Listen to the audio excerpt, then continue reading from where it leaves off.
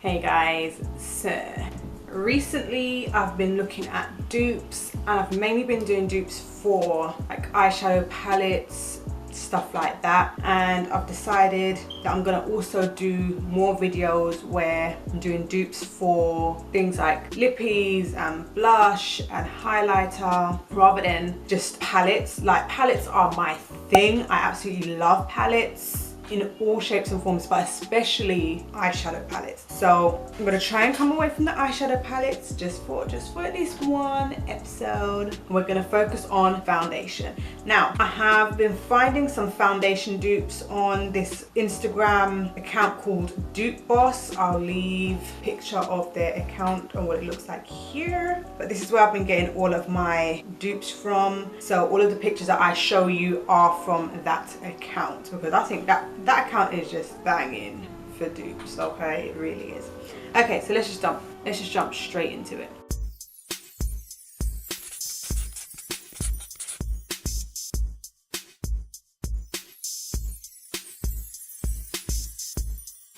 Okay, so the first dupe that I found was the Maybelline Dream Satin Liquid Foundation, which is a dupe for the Giorgio Armani Luminous Silk Foundation. I must say I have been wanting to try the Giorgio Armani foundation. With that one, it retails for $62. That's probably about £50, probably a little bit less than that. And the Maybelline is $11.50. In UK money, that's probably about £8–9. But the thing is, companies don't always convert their prices as per the actual currency conversion. They will just set its own price. That's what I have found myself personally, is that, for example, let's say this Maybelline foundation, they've got it at $11.50, but where we are in the UK, they might retail it at £10, which is not the exact conversion for this product if you were to type in $11.50 into Google. Do you know what I'm saying? So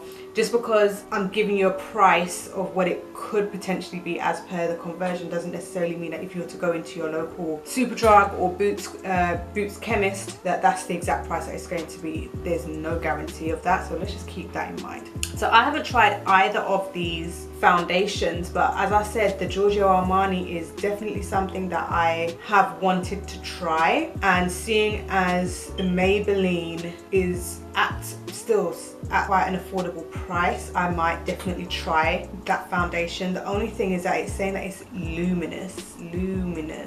I prefer matte, so we'll have to see on that one, but I'm kind of like on the fence on whether or not I'd like to try this one.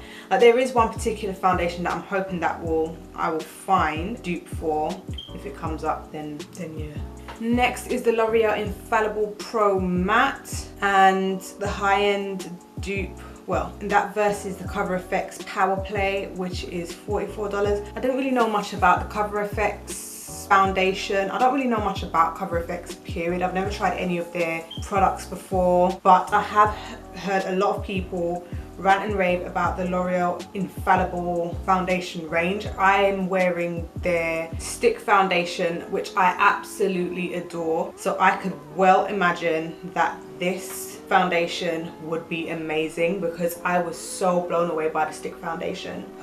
And I've heard nothing but great things about the L'Oreal Infallible Pro Matte Foundation. I heard that people do more so prefer the original, which isn't the matte version, but I've heard nothing but good things about the Infallible range, period. Pro Matte retails for $12.99, which will probably be about £9. And the Cover FX Power Play is $44, which will probably be about $29, maybe £30. I wouldn't necessarily want to try the Pro Matte because it is the dupe of the Cover FX, because as I said, I'm not that interested in the fact that Cover FX has a dupe. I would literally just want to try the L'Oreal just because I've heard great things about it. Oh, one that I do know about is the Too Faced Born This Way foundation, and the dupe for that is the BH Cosmetics Naturally Flawless foundation. Now the Naturally Flawless is $7.99, that's dollars, which is probably about £5 in UK money, and the Too Faced Born This Way foundation, which I have tried. It says here it's $39, and if I remember correctly, I think it was about £29 in Debenhams. If I remember correctly, I could be a little bit wrong. But I absolutely adored the Born This Way foundation, to the point where would I substitute it with this BH Cosmetics foundation? No. Let me explain. Simply because I already know how the Born This Way performs, how it looks, and I'm able to colour match myself with the Born This Way because I can go to Debenhams and I can get a bottle. I can try it out in Debenhams, but with the BH one, I would have to guesstimate what my shade is online. So is it really worth me spending that money to guess what it's like, guess the shade online, versus knowing that I can get my exact shade that I want, knowing how it performs, knowing how it's gonna look? To me, there's just no point. Just in my opinion, there's just no point. So if you haven't tried the Born This Way foundation and you wanted to see what it looked like, now as I said, I don't know whether or not these two are the same, but this is supposed to be dupe proof. So if you wanted to see what it will perform like prior to buying the Born This Way, you have the option of getting the BH. Ooh, another one that I've tried, so the Ford Traceless Perfecting Foundation, which is $85.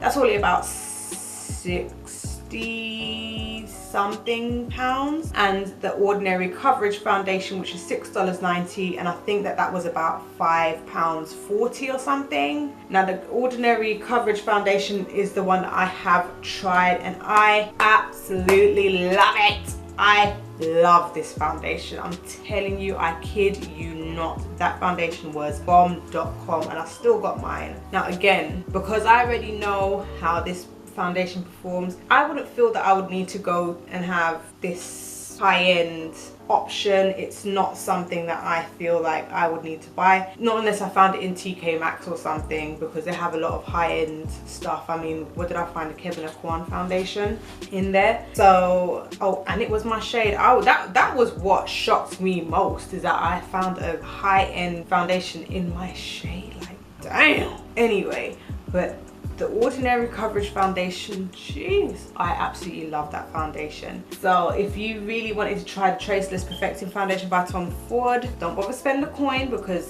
that's a lot of coin. You can spend under £10 or under $10 and get the Ordinary. Now, side note, I know this isn't really supposed to be anything about the brands themselves, but I know that there's been a lot of controversy around the whole DCM, the Ordinary. DCM is like the parent company, the umbrella company for the Ordinary, and the guy who owns it, I can't remember his name.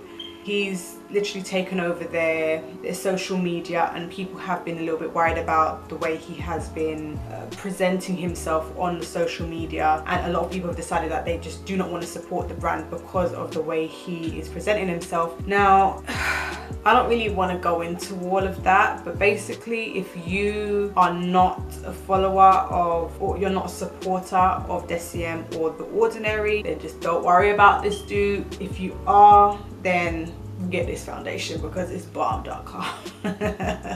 But where do I kind of sit on the scale? I mean, it's a little bit worrying, but I don't feel like it's to the point where I can't support the brand, because I love the products, and I don't want to speculate as into what he's going through or what is going on, because I don't know what's going on, and I never really followed them on social media prior to finding out that he had taken over the social media accounts. So I don't even really want to speculate, but his products are amazing and I adore the products. I guess that's what I'm trying to say. I adore the products. Next is Huda Beauty Faux Filter Foundation, which is $40, which will probably be about £35 approximately, and the Maybelline Superstay Full Coverage Foundation, which is $11.99, which will probably be about £9-ish.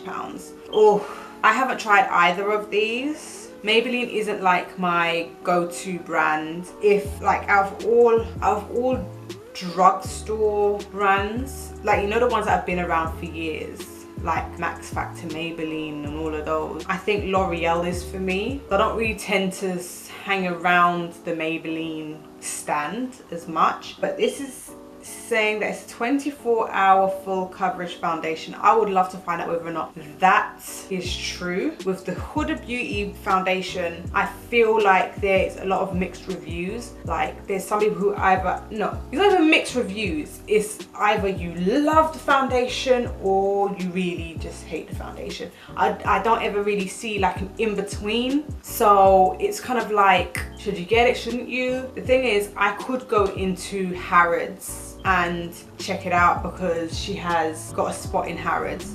So I could always go, I might actually do that because I've been wanting to go to Harrods. I've been saying to myself, you need to go to Harrods. You haven't been there for a while. Oh my god.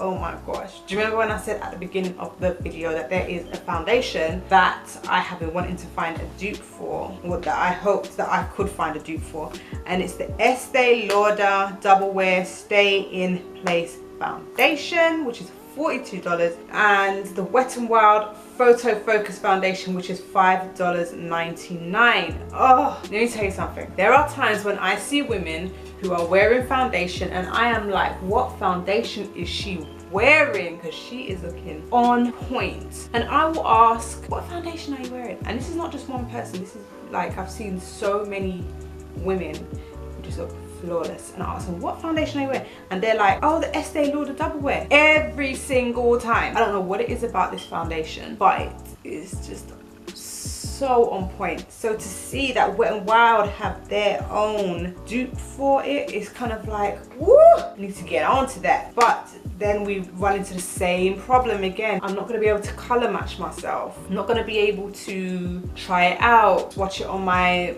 jawline and see. I won't be able to do any of it. I won't be able to do any of it. So I'm a little bit irritated by that. But if I can find somewhere that's selling it in the UK for a decent price, I might get a couple of bottles and see if one of them is my shade and see whether or not it's worth it, because I have been wanting to try the Estee Lauder for so long. I think of everything that I've just spoken about, this is the one that I really want to try, even more than the L'Oreal Infallible Pro Matte. I want to try this one.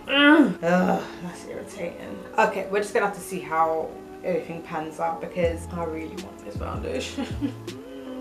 Okay, and then last one on the list is the Dior Skin Forever Perfect foundation, which is $52, versus the Maybelline Fit Me Matte and Poreless, which is $7.99. So again, these two aren't foundations that I have seen around that I feel like, oh, I really want to try these. Now, the only selling point to me is the fact that the Maybelline is matte and poreless. Who doesn't want to be poreless? You may not necessarily want to be matte. I want to be matte, but you know, not everybody wants to be matte, but I do believe that a lot of us want to be poreless. So that is definitely the selling point. The bottles, aside from the writing, like shape-wise, they look very similar to one another. The Dior Skin has like that little silver rim, and the Maybelline doesn't have that. It has blue writing.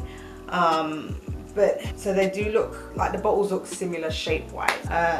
I don't know whether or not Maybelline were attempting to make that similarity, but it has happened. Cool, fine, like that's fine. But yeah, it's not really on my radar to be like, oh, I need to try that, I need to have it, it's just not.